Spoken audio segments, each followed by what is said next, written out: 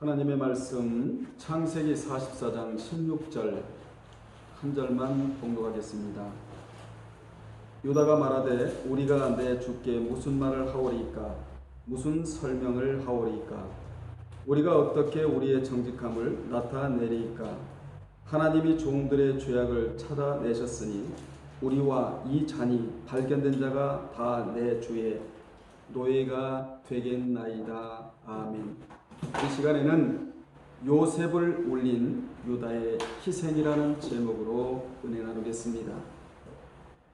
오늘 설교 제목이 요셉을 울린 유다의 희생인데, 이에 대한 말씀이 창세기 44장 14절로 34절까지입니다. 이것이 한 단원인데 시간 관계상 다 읽을 수는 없고 44장 16절 한 절만 봉독을 했는데, 오늘 우리는 본 단원을 자세히 살펴보면서 함께 은혜 나누면서 깨달음 받고 도전 받고 교훈을 받아야 될 줄로 믿습니다. 본문은 유다의 희생이 애굽에 내려가서 국무총리가 된 요셉을 감동시키므로 그를 울린 내용이 바로 오늘 본문의 내용이에요. 본문에서 우리가 집중적으로 깨달아야 할 것은 희생은 사람도 감동시키고 그리고 하나님도 감동시킨다는 교훈입니다. 특히 우리는 하나님을 감동시키는 자가 되어야 하는데, 하나님을 감동시키면 하나님의 신성이 움직여져요. 하나님의 신성이 움직여지면 그곳에 뭐가 일어나냐? 기적이 일어납니다. 그러므로 기적은 멀리 있는 것이 아니고 여러분이 하나님의 감동을 받게 하면, 하나님의 신성을 움직여드리면 기적의 사람이 되는 거예요. 기적의 주인공이 바로 된다, 그 말입니다. 그러면 본문의 배경을 살펴보면 다음과 같은데, 당시 야곱의 일가를 애굽으로 이주시키고자 하시는 하나님의 계획은 한치의 오차도 없이 정확하게 실행되어 가고 있었습니다. 당시 야곱 일가가 사는 가나안 땅에 기근이 들자 야곱과 베냐민을 제외한 야곱의 아들들은 양식을 구하러 애굽으로 갔으며 애굽의 총리 대신인 요셉 앞에 엎드려 절을 해야만 했는데, 그들이 절한 것은 창세기 37장 7절에서 이미 요셉이 꿈을 꾼 내용대로 그들이 그대로 절을 합니다. 요셉은 꿈속에서 자신의 곡식단은 일어나고 형제들의 곡식단은 요셉을 둘러서서 절하는 꿈을 꾸었는데, 그 꿈대로 여기서 형제들이 요셉 앞에서 절을 하므로 그 꿈이 그대로 실현되고 있는 것을 볼 수 있습니다. 당시 요셉은 자신이 꾼 꿈을 형제들에게 이야기하자 그들은 그의 꿈을 무산시키려고 했지만, 이 꿈을 하나님이 주셨기에 그 꿈의 오묘한 섭리를 인간이 막을 수가 없었습니다. 그렇습니다. 하나님이 하시는 일을 어찌 인간이 막을 수가 있겠습니까? 사람도 못 막고 사탄도 막을 수 없는 일이 곧 하나님께서 이루시는 일이에요. 당시 형제들이 애굽으로 내려가자 요셉은 단번에 그들을 알아차렸지만, 그는 형제들 앞에서 그들을 모르는 채 시치미를 떼고서 그들을 정탐꾼으로 몰아세웠습니다. 그리고 그들로부터 우리가 정탐꾼들이 아니라는 해명을 듣고 난 후 요셉은 시므온을 볼모로 삼아 그를 풀어주는 대신에 막내인 누구를 데려오라는 것이죠? 베냐민을 데려오게 함으로써 그들의 해명이 사실임을 입증하라고 요구했습니다. 시간이 지나 요셉은 그토록 그리워하던 동생 베냐민을 마침내 가까이에서 볼 수 있었지만 지금은 과정이잖아요. 야곱은 요셉을 잃은 슬픔 때문에 그와 한 배에서 태어난 베냐민만큼은 절대로 애굽으로 내려보내지 않으려고 했어요. 그러나 가나안의 극심한 기근이 계속되자 유다를 위시한 아들들의 간곡한 설득으로 마침내 베냐민을 형제들과 함께 애굽에 요셉에게로 보내기로 야곱은 결심을 합니다. 물론 이 결심의 배후에는 하나님의 주권적인 섭리가 자리 잡고 있었지만 말이에요. 마침내 동생 베냐민의 건강한 모습을 본 요셉은 모든 염려를 잊고서 그 형제들을 성대하게 대접하게 이르는데, 요셉은 형제들의 마음이 자신을 팔아넘길 때와 같은지 아니면 변화되었는지를 알아보기에 형들을 시험하고자 자신의 은잔을 몰래 베냐민의 자리에 넣고서 베냐민을 도적으로 몰아 그를 억류하고자 다음과 같은 말을 합니다. 너희가 어찌하여 이런 일을 행하였느냐? 나 같은 사람이 점을 잘 치는 줄을 너희가 알지 못하느냐? 라고 하면서 호통을 치게 됩니다. 여기 점을 쳤다는 말은 나쉬라는 단어를 사용하여 요셉이 무당마냥 점을 쳤다는 말이 아니라 나는 경험적으로 아는 자다, 그리고 나는 징조를 보아 아는 자다라는 뜻을 이렇게 점을 쳤다는 말로 표현하고 있다는 사실을 여러분 잊으면 안 돼요. 레위기 19장 26절과 신명기 18장 10절에 보면 점술은 불법적인 것이다, 그리고 이를 강력하게 금지하고 있습니다. 뿐만 아니라 열왕기하 17장 17절과 21장 6절과 역대하 33장 6절에 보면 이 점을 치는 것을 강력하게 비난하고 있어요. 당시 요셉의 은자는 그의 권위의 상징이었어요. 그리고 그 은잔을 훔치는 것은 아주 중대한 범죄 행위였습니다. 그래서 요셉은 그 은잔이 얼마나 중요한 것인가를 강조하고자 자신이 점을 쳤다 이렇게 표현하고 있는 거예요. 실제로 점 쳤단 말이 아니에요. 요셉은 베냐민을 애굽에 있게 하기 위해 이 같은 트릭을 쓴 것입니다. 형제들은 요셉을 잃고서 베냐민을 각별히 아끼며 살아온 아버지 야곱을 생각할 때 형들은 도저히 베냐민을 버려두고 자신들만 돌아갈 수가 없었습니다. 베냐민을 두고 갈 수도 돌아갈 수도 없는 지금 상황에 형제들이 처해 있는 거지요.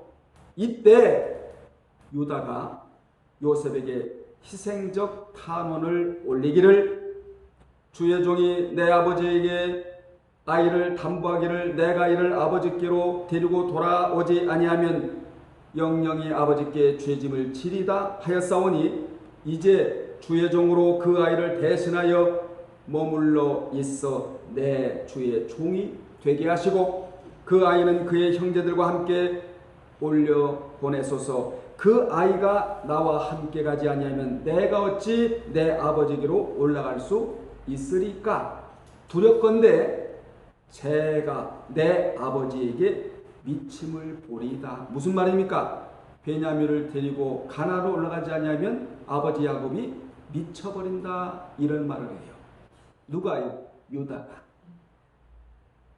유다는 동생 베냐민 대신 자신이 처벌받게 해달라고 간곡히 요청하고 있는 것입니다. 또한 유다는 먼저 가난의 기근으로 인해 양식을 사려고 애굽에 다녀왔을 때에도 야곱은 아들들에게 왜 너희들은 쓸데없이 요셉에게 베냐민이 가난에 남아있다고 말해서 나를 이렇게 괴롭게 하느냐 라고 책망했을 때에도 내가 그를 위하여 담보가 되오리니 아버지께서 내 손에서 그를 찾으소서. 내가 만일 그를 아버지께 데려다가 아버지 앞에 두지 아니하면 내가 영원히 죄를 지리다.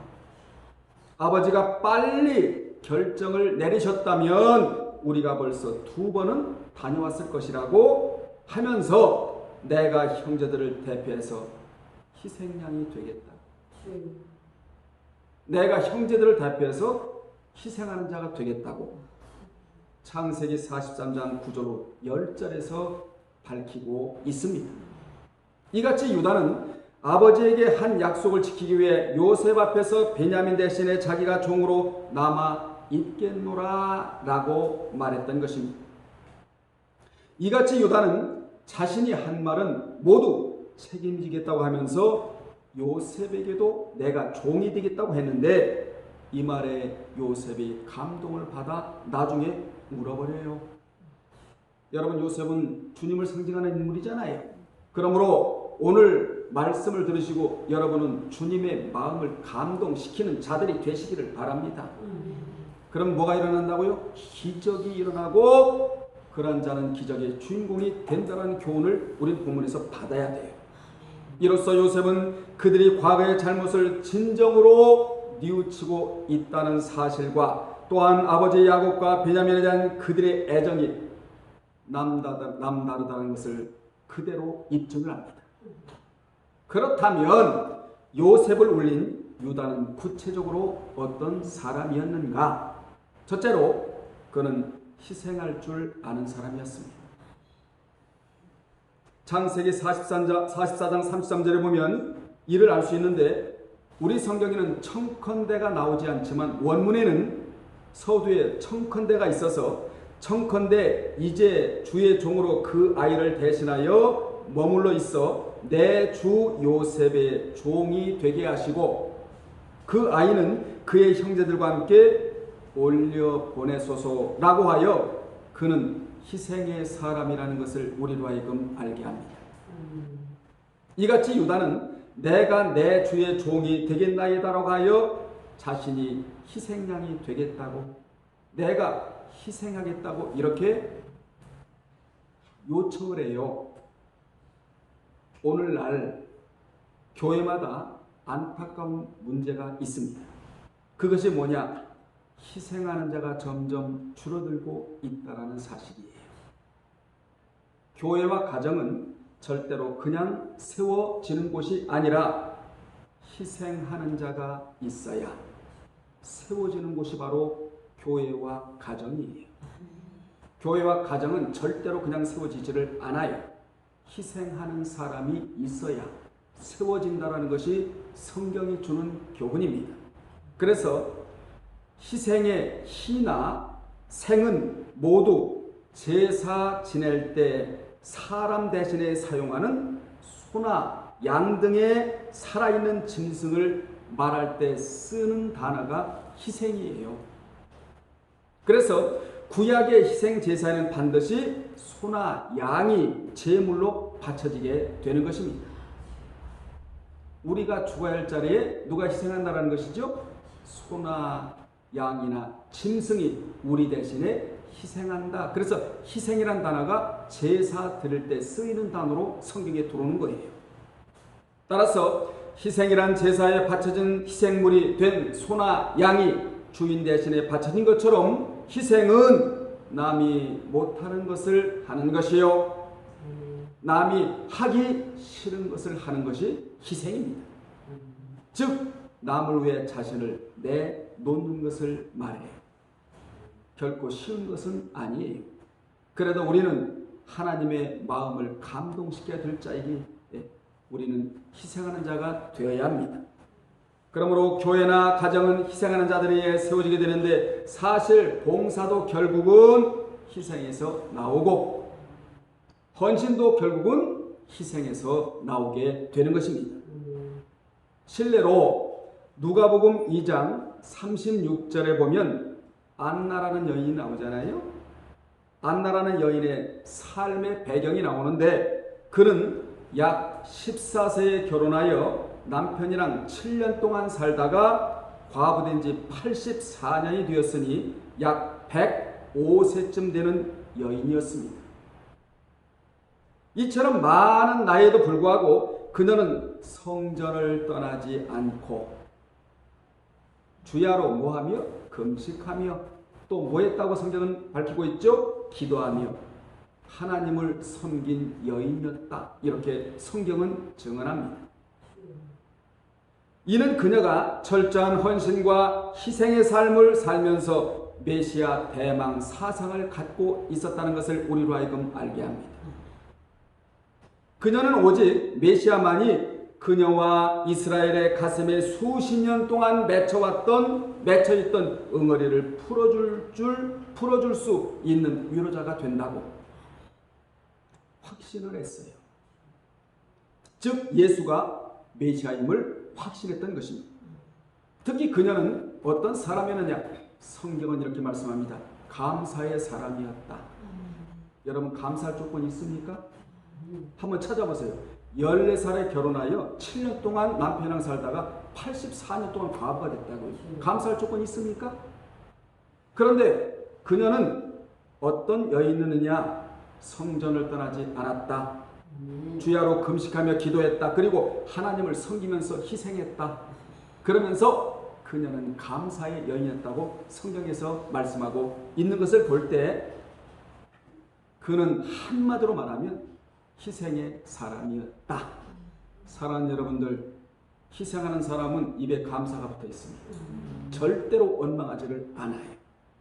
희생은 숭고한 겁니다. 고귀한 거예요. 아주 고결한 것입니다. 오늘부터 우리는 어떤 사람이 되어야 하느냐? 희생의 사람으로 하나님 앞에 서 있는 여러분의 모습이 되어야 될 줄로 믿습니다. 두 번째로 그는 변명하지 않는 사람이었습니다. 유다가 말하되 우리가 내 주께 무슨 말을 하오리까? 무슨 설명을 하오리까? 우리가 어떻게 우리의 정직함을 나타내리까?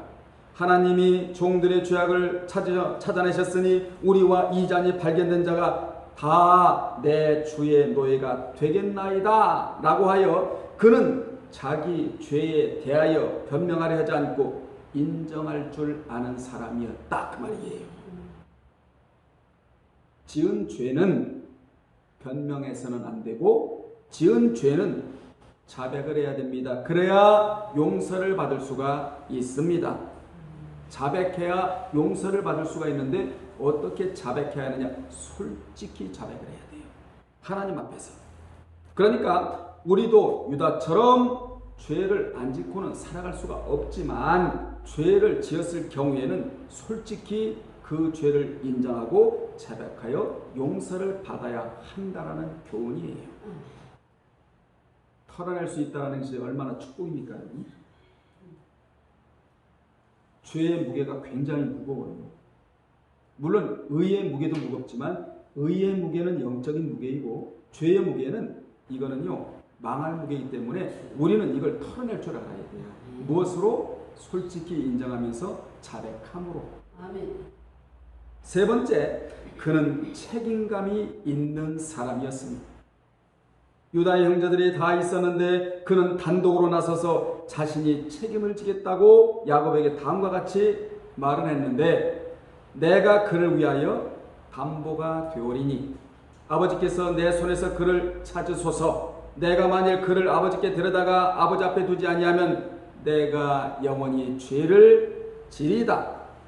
이같이 유다는 책임감이 있는 사람으로서 자신이 아버지에게 한 약속이 있기에 형제를 대신하여 동생 베냐민을 위해서 총리에게 탄원을 했어요. 내가 책임지겠다. 나를 담보로 삼으라. 그리고 베냐민을 놓아주라고. 그러니까 어떤 사람이에요? 희생적인 사람이었다 그 말이에요. 오늘 핵심 키워드가 뭐죠? 희생이라는 거 아니겠습니까? 네 번째로 그는 하나님의 섭리하심을 깨달은 사람이었습니다. 그는 하나님의 종들의 죄악을 찾아내셨으니 즉 하나님이 종들의 죄악을 들춰내셨으니라고 하여 하나님의 섭리를 깨달은 자였다 그 말입니다. 유다는 이 모든 일을 하나님의 섭리로 바라봤어요. 그러니까 우리도 하나님의 섭리를 깨닫고 살아야 합니다. 하나님의 섭리란 무엇입니까? 하나님의 지혜와 전능하신 능력, 하나님께서 마치 자신의 손으로 하듯이 하늘과 땅과 모든 피조물을 보존하고 다스리는 것을 섭리라고 말합니다. 그러므로 세상엔 우연이 하나도 존재하지 않으며 세상의 모든 일이 하나님의 섭리 가운데 되어지는 일입니다. 들에 자란 잎새와 풀, 비와 가뭄, 풍년과 흉년, 먹을 것과 마실 것, 건강과 질병, 부와 가난, 참으로 이 모든 것이 우연이 아니라는 것이지요. 하나님에 의해 움직여지는 것들이라는 것입니다. 하나님의 섭리하에. 그러므로 우리는 하나님께서 나에게 향하신 섭리가 무엇인가를 깨달아야 돼요. 왜 나에게 진리를 하나님이 신탁하셨는지도 깨달아야 됩니다. 아멘. 최고의 복은 어떤 복일까요? 하나님이 나에게 진리를 신탁해 주시는 복. 아멘. 왜 신탁해 주실까요? 삶을 하나님이 진리가 요구하는 삶을 살라고. 아멘. 그리고 나가서 삶으로 설득을 하라고. 그러면 설득당하지 않는 것은 하나도 없다고. 최고의 설득은 입술의 설득이 아니잖아요. 삶의 설득이잖아요. 유다는 사건을 만나자 바로 하나님의 섭리를 깨달았어요. 그가 섭리를 깨닫고 한 말이 무엇인 줄 아십니까? 하나님이 종들의 죄악을 들춰내셨다고 이렇게 고백을 합니다. 유다는 이 모든 일을 하나님이 하셨다는 것을 알았습니다. 그러므로 유다가 그 책임을 다 질 수 있었던 것은 하나님의 섭리를 읽을 수 있었기에 가능했던 것입니다. 그러니까 희생하고 변명하지 않고 책임감이 있는 사람은 한마디로 말하면 하나님의 섭리를 깨닫는 사람이다. 아멘. 이러한 모든 행위는 하나님의 섭리를 깨닫지 않고는 할 수가 없는 일이다. 아멘. 요셉도 하나님의 섭리를 깨달았기에 국무총리가 될 수가 있었습니다. 그는 형들을 통해 자신을 애굽에 판 것이 하나님의 섭리 가운데 이루어졌음을 알았어요. 창세기 45장 8절에서 이 깨달음이 결국 자신을 큰 자로 만들어낸 것입니다. 여러분 큰 자가 되길 원하십니까? 하나님의 섭리를 깨달으세요. 아멘. 큰 사람 되기를 원합니까? 하나님의 큰 섭리를 깨달으세요. 요셉은 큰 그릇이라서 형제들 앞에서 이렇게 말을 해요. 형제들이 가니까 내게로 가까이 오소서. 창세기 45장 4절에 보면 내게로 가까이 오소서 이렇게 말을 했는데 여기 내게로는 요셉의 위엄을 나타내고 그리고 가까이는 요셉이 형제들을 용서하겠다라는 사인이며 그리고 오소서는 예수 그리스도의 사랑을 나타내는 단어들입니다. 그러므로 요셉은 어떤 사람이느냐? 그는 위엄의 사람, 용서의 사람, 사랑의 3대 삶을 살아가는 사람이었다. 여러분은 이런 말씀에서 사건만 보지 말고 사건 뒤에서 역사하시는 하나님의 섭리를 바라보고 살아가시기를 주의 이름으로 축복합니다. 사건만 바라봐서는 안 돼요. 사건 뒤에서 역사하시는 우리 하나님의 섭리를 바라볼 때 큰 자가 되고 큰 그릇이 되며 무염의 사람이 되고 용서의 사람이 되며 사랑의 사람이 될 수 있다라는 교훈을 받으시기를 바랍니다. 자, 이렇게 한 유다가 창세기 49장 8절로 11절에 가면 복을 받는데 지금 복받을 행위를 충분히 하고 있었죠? 그러니까 하나님 복을 주셔야 되겠죠? 성경의 구조가 이렇게 흘러가요. 사건, 문제, 그 문제를 어떻게 바라보고 어떻게 처리하는가, 수단을 쓰는가, 믿음을 쓰는가, 하나님을 의지하는가, 기도하는가, 그러면 이 문제가 해결이 되거든요. 하나님 말씀에 순종하는가, 하나님의 뜻대로 실행해 나가는가, 이것을 보시고 난 후 하나님이 반드시 복을 주시는데 지금 유다가 받는 이 복이 창세기 49장 8절로 11절에 그대로 나오는데 그가 복을 받을 수 있었던 충분한 이유가 있었기 때문에 이 복을 받는 겁니다.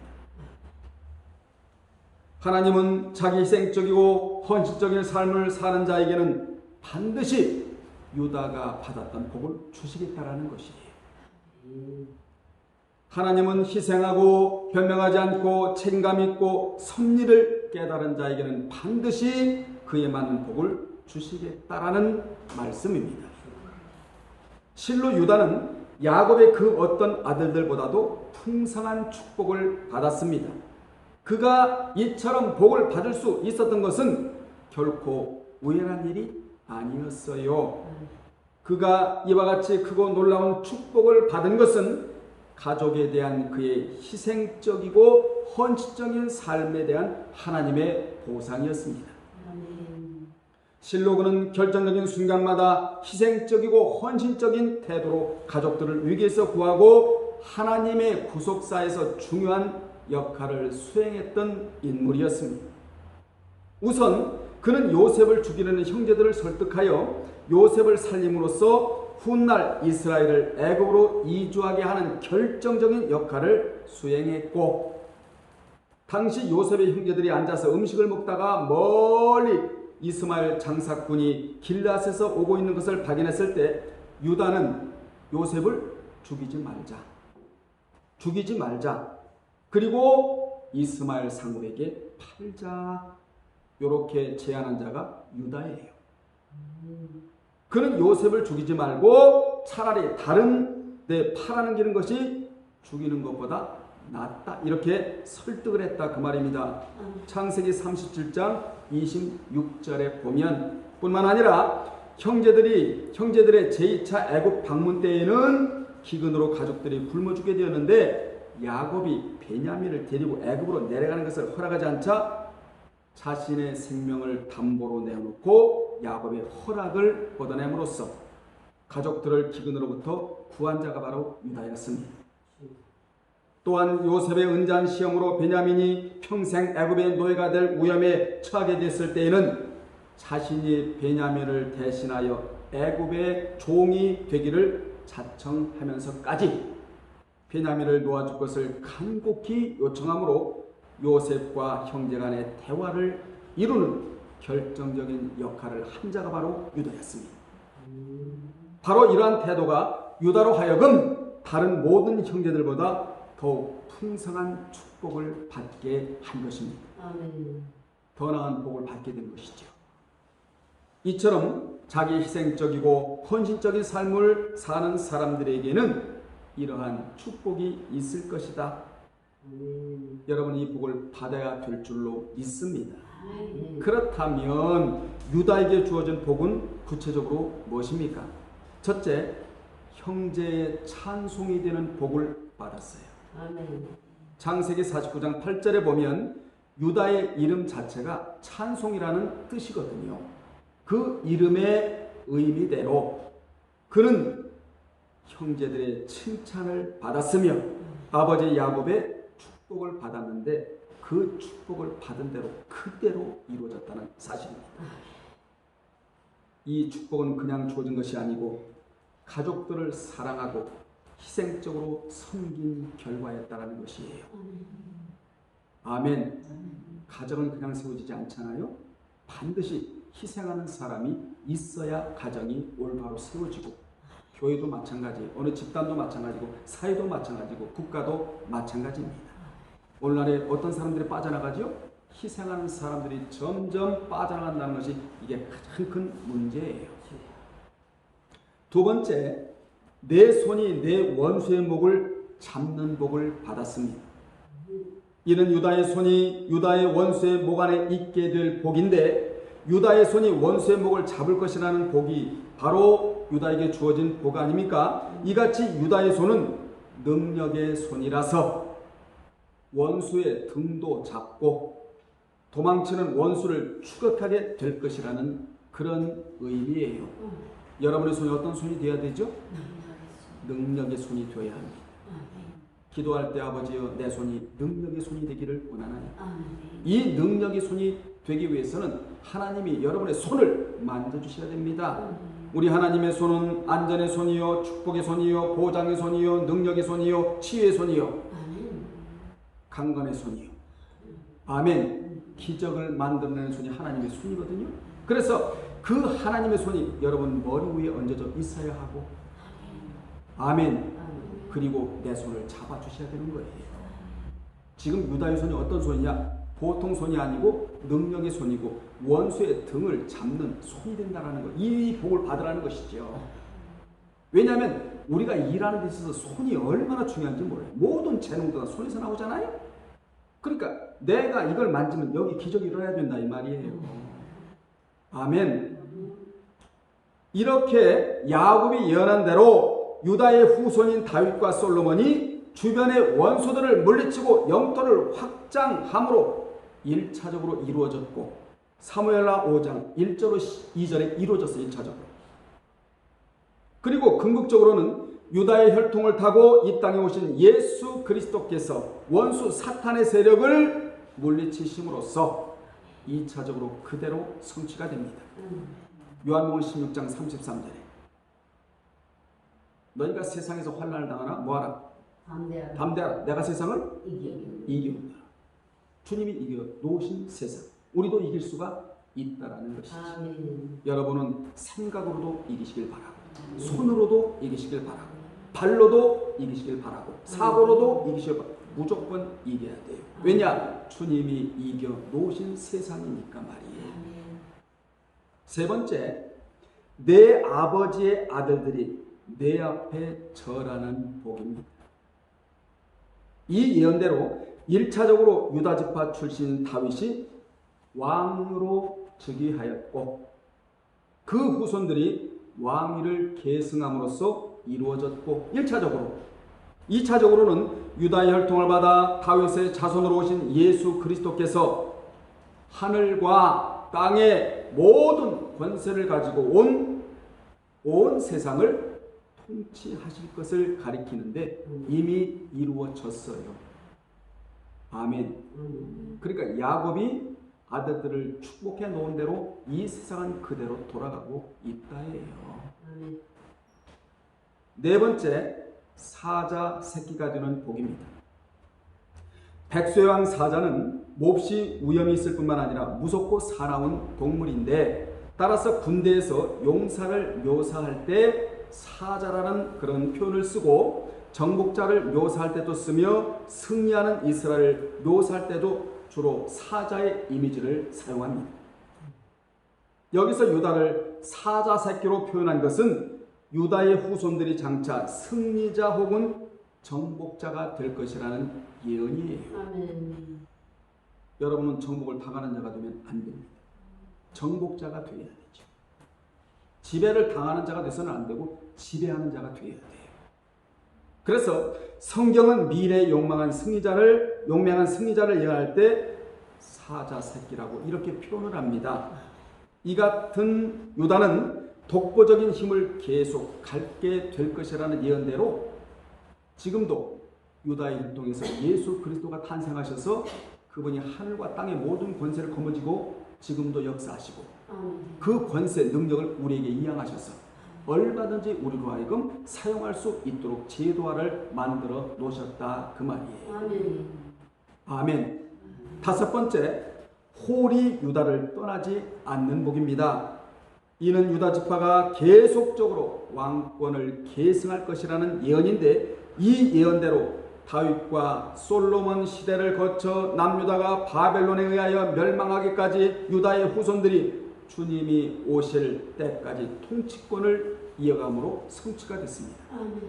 또한 그에게 모든 백성이 복종하게 되리라고 한 대로 모든 성도들이 만왕의 왕이 되시고 만주의 주가 되시는 그리스도께 가까이 순종하게 될 것을 가리켜요. 그대로 우리가 순종하고 있잖아요 지금. 아멘. 여섯 번째, 그의 나귀를 포도나무에 매며 그의 암나귀 새끼를 아름다운 포도나무에 맬 것이며 또 그 옷을 포도주에 빨며 그의 복장을 포도즙에 빠는 복을 받은 겁니다. 당시 근동쯤하에 부유한 자들은 흔히 나귀를 타고 다녔어요. 이게 배경입니다. 심지어 팔레스틴과 주변 국가들에서는 왕도 나귀를 타고 다닐 정도였어요. 말은 전쟁을 상징하는 반면에 평화도 동시에 상징합니다. 뭐가요? 나귀가. 그래서 예수님이 나귀를 타시고 평화의 도성 어디로? 예루살렘으로 입성하신 거예요. 그냥 나귀 타신 게 아니에요. 이는 스가랴 9장 9절에 예언된 대로 나는 평화의 왕이다. 이것을 나타내시려고 굳이 나귀를 타시고 예루살렘에 입성하셨잖아요. 마태 21장 5절에 보면, 그러므로 그리스도께서는 평화의 왕이시다. 아멘. 여기 평화의 상징인 나귀를 포도나무에 매었다는 것은 평화와 풍요가 더불어 주어질 것임을 나타냅니다. 평화와 물질적인 축복이 있을 것이라는 예언인데 또한 그 옷을 포도주에 빤다는 말은 포도주로 세탁한다는 말이 아니라 사람들은 포도를 수확하면 이를 즙틀에 놓고 발로 밟아 그 즙을 짜냈는데 본문은 그 즙이 너무나 많으므로 옷이 흠뻑 젖게 되는 것을 표현한 것이에요. 아멘. 마지막 복은 뭡니까? 그의 눈은 포도주로 인하여 붉겠고 그의 이는 우유로 말미암아 희리로다 라는 복인데 이는 유다의 자손들이 누리게 될 물질적인 풍요에 대한 상징적인 표현으로 유다 자손들이 많은 가축을 소유하여 그 젖을 얼마든지 먹을 수 있게 되는 복을 말하고 있는 것입니다. 이는 가나안에 들어가면 땅의 물질적 풍요와 예수 그리스도를 통한 영적 풍성함. 그래서 우리에게는 두 가지 복이 있어야 돼요. 땅의 복과 영적인 복. 영적인 복은 마음의 부요. 마음의 뭐지요? 마음의 풍성함. 이건 영적인 복이고 땅의 복은 물질적인 복이고 이 두 가지 복이 있어야 되는데 누구에게 이러한 복이 주어지느냐? 희생하는 사람들에게. 확실합니까? 여러분 그동안 희생해 놓은 거 있죠? 이건 언젠가는 받아요. 땅의 복, 영적인 복. 물질의 복, 영적인 부요의 복. 반드시 반드한 사실을 기억하시기를 바랍니다. 결론 내리겠습니다. 유다는 이같이 엄청난 복에 대한 야곱의 축복 기도를 받았는데 그 받은 대로 그대로 이루어졌습니다. 오늘날도 유다같이 한 자들에게는 똑같이 이러한 축복이 이루어지는데 유다의 이 같은 희생이 결국 요셉을 크게 감동시키므로 요셉이 울어요. 창세기 45장 1절로 2절이나 46장 29절에 보면 요셉이 엉엉 울어요. 어떻게 우는가? 창세기 45장 1절로 2절에 보면 요셉이 시종하는 자들 앞에서 그 정을 억제하지 못하여 소리질러 모든 사람을 자기에게서 물러가라 하고 그 형제들에게 자기를 알리니 그때 그와 함께한 다른 사람이 없었더라. 요셉이 큰 소리로 우니 애굽 사람에게 들리며 바로의 궁중에까지 들렸다고 성경은 말씀하고 있습니다. 사람은 사랑과 희생으로 설득당하지 않는 자가 없고 아멘. 감동받지 않을 사람이 없다라는 교훈이에요. 또한 사랑과 희생은 주님의 가슴에도 감동으로 다가가 마침내 주님이 축복을 주실 수밖에 없는 사람이 된다. 아멘. 말씀을 마치면서 유다의 희생으로 가족을 살리고 그리고 형제를 살리고 뿐만 아니라 요셉을 울게 만들었다는 것입니다.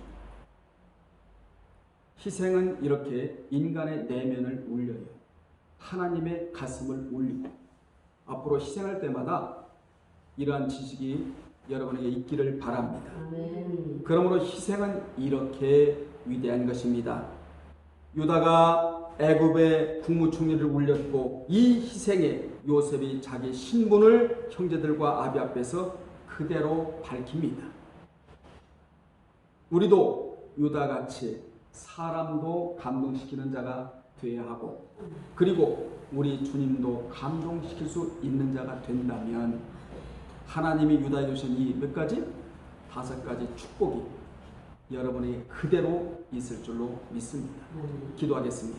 살아계신 아버지 하나님, 오늘날의 교회에서 가장 안타까운 문제는 희생하는 사람이 점점 없어진다는 것과 가정에도 희생하는 사람이 없어진다는 것입니다.